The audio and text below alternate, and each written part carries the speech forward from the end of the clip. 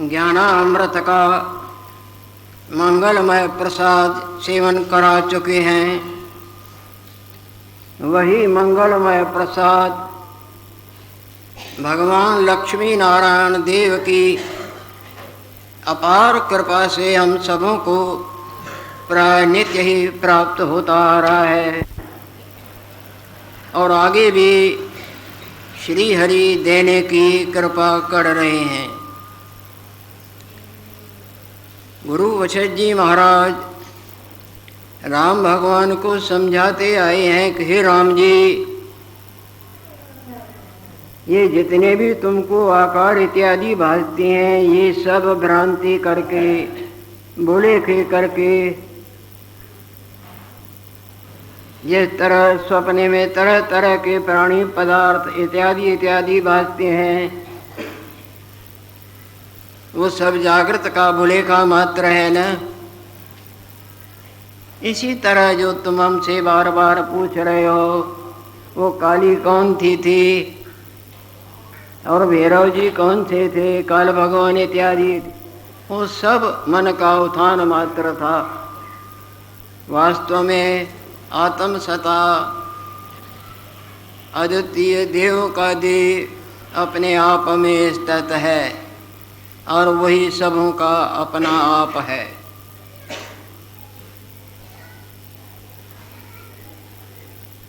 जिस तरह मनोराज्य में तरह तरह के प्राणी पदार्थ, उनका आना जाना, बोलना चालना, लड़ना भिड़ना इत्यादि इत्यादि भासता है, जिस तरह बैठे बैठे कथा के अर्थ हृदय में घूमने लगते हैं, भासने लगते हैं, वो सब संकल्प करके ना है तो नहीं ना।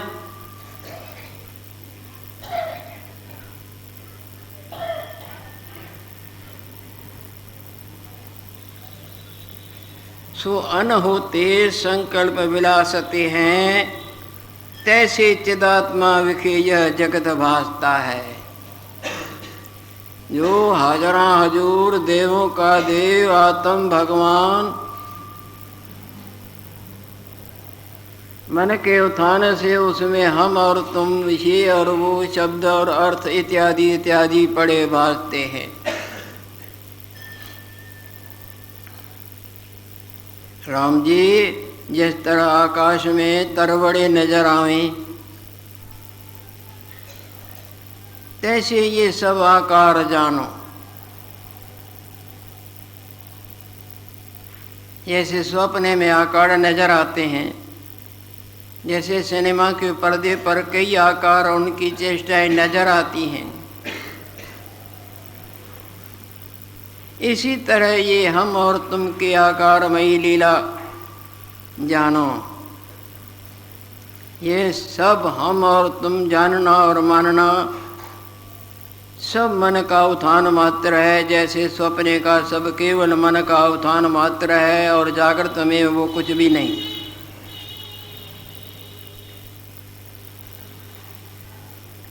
राम जी, ये जो हमने तुमको जगत प्रलय और महाप्रलय के शब्द कहे हैं,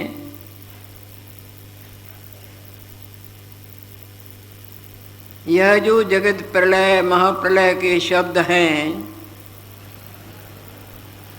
इनका हृदय से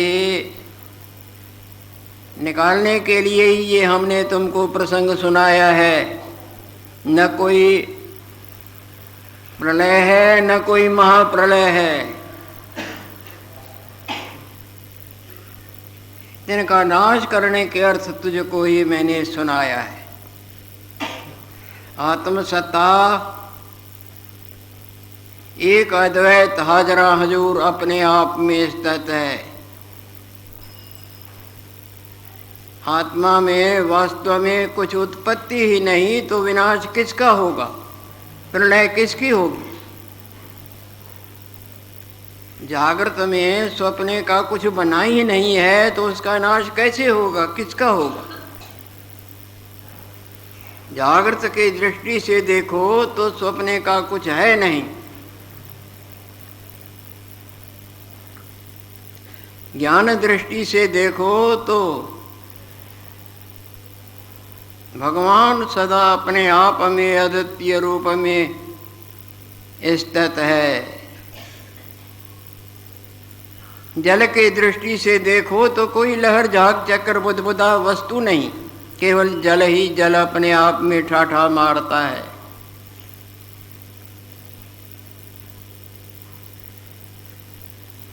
यह जो जगत प्रलय महाप्रलय के शब्द हैं, तिनका नाश करने के अर्थ तुझको कहता हूँ। आत्मा एक अद्वैत चैतन्य है, उसके हजार हजूरता का अभाव कभी नहीं। भले संसार की स्वप्ने के प्रतीति होवे, पर जागृत का हाजर हजूरपना कभी नाश को नहीं प्राप्त हुआ, न होता है न होगा।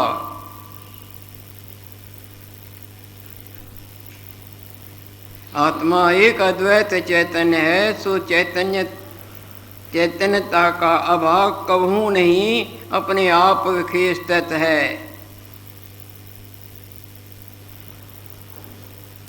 बाकी सब ये मिथ्या फुरना मात्र जानो।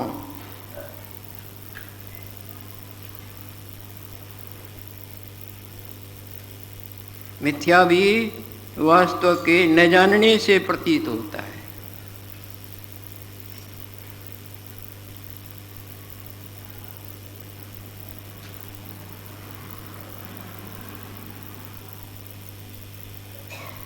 जैसे चैतन्य का किंचन जगत भासता है, सोई महाप्रलय विखे रुद्र और भैरवी होकर भासी थी।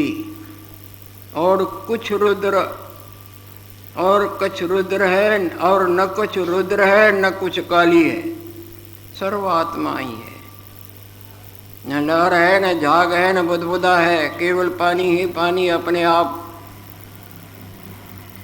हे राम जी, जो भी कुछ कहना और सुनना होता है सो वाचक कर होता है। आत्मा विखे कहना सुनना कुछ भी नहीं, क्योंकि आप अद्वैत और निर्विकारों के भी निर्विकार हैं।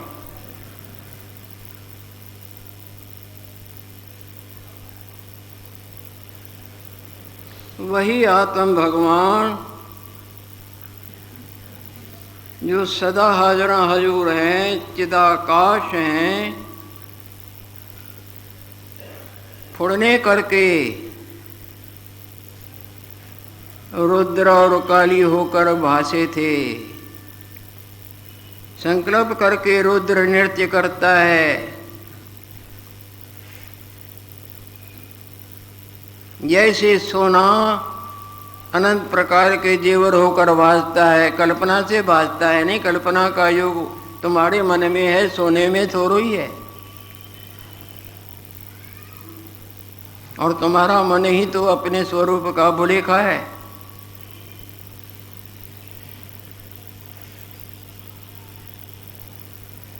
संकल्प करके रुद्र नृत्य करता है, जैसे स्वर्ण भूषण होकर भासता है।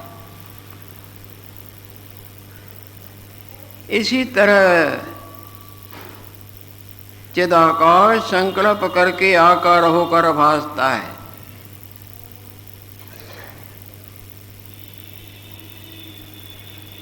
मन के उत्थान का नाम माया है, और मन के उत्थान रूप माया से ही हमको अपना आप और ये संसार भासता है। और मन का उत्थान अपने स्वरूप का भुलेखा है। सो भुलेखा भुलेखे में ही होता है। अंधकार अंधकार में होता है, रोशनी में नहीं होता।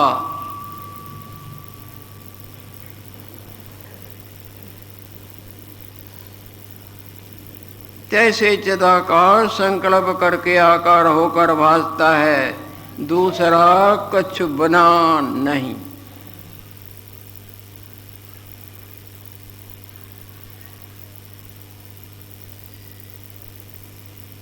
मैं, तू और जगत चिंतन और अचिंतन सब वही रूप है। चाहे झाग, चाहे चक्र, चाहे बुदबुदा, चाहे लहर छोटी चाहे बड़ी, सब पानी रूप है ना। चाहे सपने का देवता, चाहे दैत्य, चाहे भला चौराहे बूढ़ा, चाहे हम, चाहे तुम, चाहे लड़का, चाहे लड़की, पति, चाहे पति, कुछ भी सब जागृत रूप है ना। और जागृत है भी नहीं। जागृत का न होना यूं हो कर भासता है, पर होता नहीं। मैं, तू और जगत, चैत्य अचैत्य सब वही रूप है। आत्मा में कोई शब्द फुड़ा ही नहीं है। जैसे जितने भी सपने में शब्द होते हैं वो जागृत में होते हैं क्या? या उस वक्त जागृत को महसूस होता है क्या?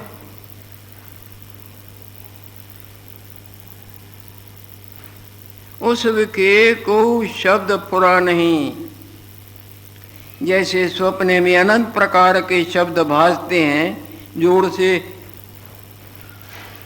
चिल्ला भी रहा है, बातें भी कर रहा है, तरह तरह के जोर के शब्द भी उच्चारण करता है, तो कुछ वास्तव निकला है?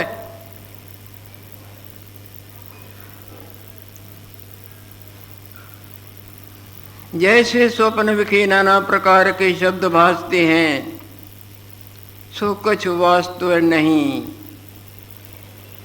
जिस तरह पत्थर अपने गाढ़े पने के मौन में स्थित है, इसी तरह दैव अपने आप में, जैसे जागृत अपने आप में स्थित है और स्वप्ने में शादी की बाजे बजते हैं, वो जागृत में आते हैं क्या? जागृत सुनता है क्या? ब्याह शादियाँ हो रही हैं, नाचते गाते जाते हैं। जैसे स्वप्न विखे नाना प्रकार के शब्द भासते हैं, सो कुछ वास्तव नहीं, पत्थर की न्यायी मौन है।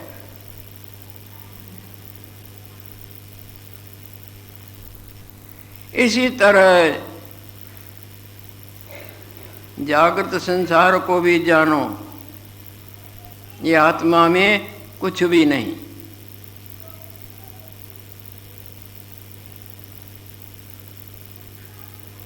तैसे जागृत जगत विखे भी जेते कुछ शब्द होते हैं, सो सब स्वप्न हैं। जितना भी संसार में हलचल होती है, बातें होती हैं, लड़ना भरना, चीटे, तरह तरह के बैंड बाजे, शब्दों की झिलमिल, आत्मा में कुछ भी नहीं। जैसे स्वप्ने के सब, जागृत में कुछ भी नहीं।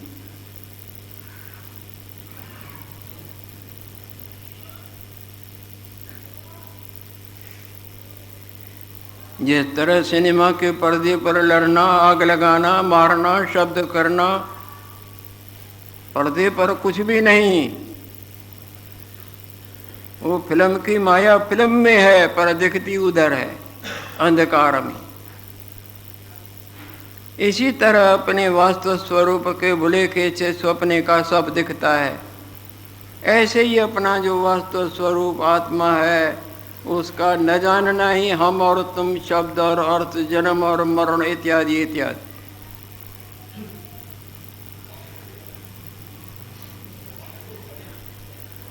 तैसे जागृत जगत के भी जेते कुछ शब्द होती है, सो सब स्वप्न है, कुछ हुआ नहीं। केवल आत्म सत्ता अपने आप विखे स्थित है। जैसे आकाश अपनी शून्यता विखे स्थित है, जैसे आपका जागृत रूप सपने में कुछ भी आपके स्वप्न वाले रूप को दिखे और माने जाने, पर जागृत अपने आप में स्थित है। तो जाग के बोलता तो है, मैंने ये किया और इधर गया था। अरे झूठ को अपने सच्चे रूप में आरोप करते हो।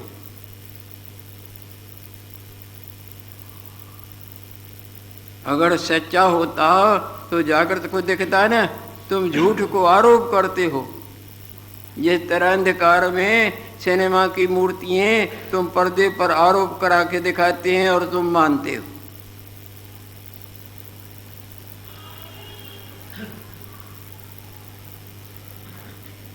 केवल आत्मसत्ता अपने आप विशेष तत्व है, जैसे आकाश अपनी शून्यता विशेष तत्व है, तैसे आत्मसत्ता अपने आप भाव विशेष तत्व है।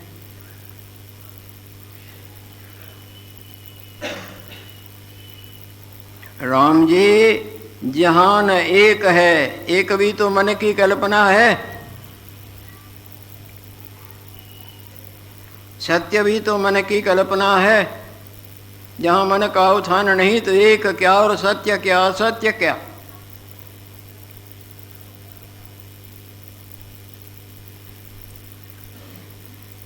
जैसे भगवान भी तो सिनेमा के पर्दे पर, सिनेमा के फिल्म की कल्पना है। सपने में तुमको कुछ भी दिखता है वो भी तो तुम्हारे मन की कल्पना मात्र है, जागृत में तो नहीं।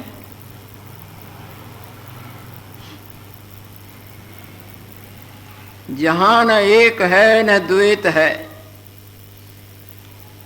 न सत्य है न असत्य है, न चित्त है न चैत्य है।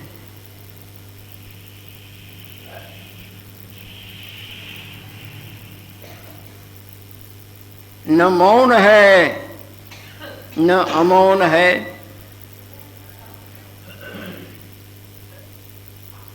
मौन भी तो मन का उत्थान है, अमौन भी मन का उत्थान है, भला भी मन का उत्थान और बुरा भी। गाढ़ निद्रा में आप मौन कहते हैं या समझते हैं, या अमौन मानते हैं, वहाँ फिल्म ही दब जाता है। मैं वासना रूपी फिल्म, ये हमको अपना आप और संसार दिखाता है और जन्म मरण के घासी में भटका भटका के मारता रहता है।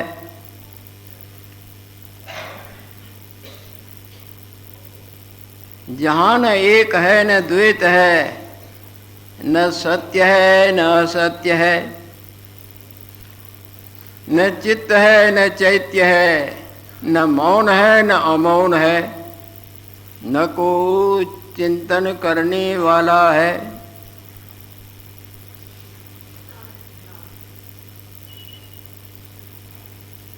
चैत्य के अभाववत है। सो क्या है? केवल चैत चिन्मात्र है। चिंतन से रहत चैतन्य, जैसे आपका जागृत सपने के चिंतन से रहत और हजरा हजूर,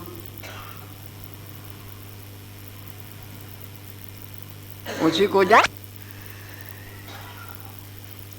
सो क्या है? केवल अचैत चिन्मात्र,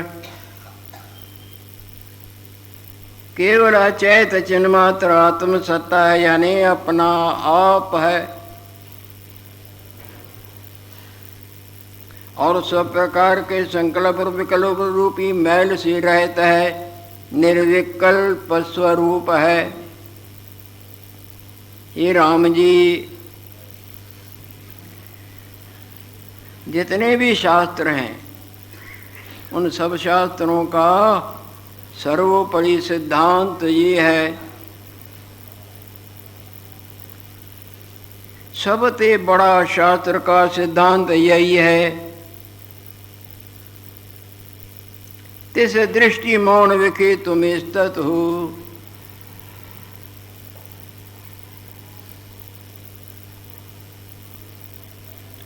तिस दृष्टि मौन विखे तुम स्थित हो,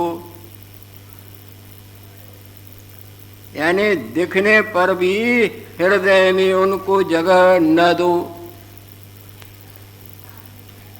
जैसे समुद्र के किनारे बैठा हुआ बुजुर्ग बालक तो बुदबुदों और लहरों को देखते मानते हैं, पैदा उत्पत्ति स्थिति आना जाना पर जो समझदार है उन बुद्धबुद्धों की उत्पत्ति स्थिति बनने बैठने को हृदय में रंजक मात्र जगह नहीं देता है।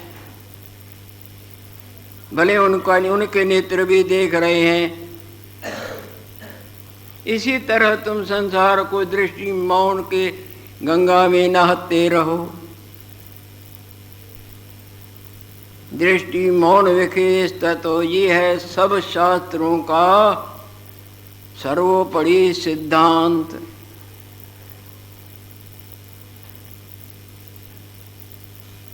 सबसे बड़ा शास्त्र का सिद्धांत यही है, तिस दृष्टि मौन विखे तुम स्थित हो।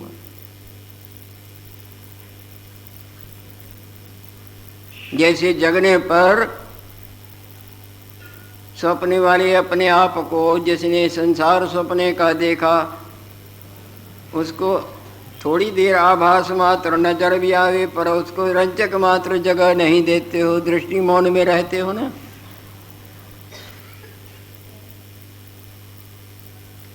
देखते हो यहाँ भी कुछ नहीं, और जो कुछ नहीं नजर आता था वो सब में सब कुछ,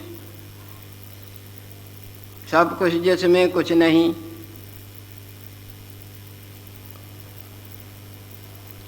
तिस दृष्टि मौन विखे तुम स्थित हो।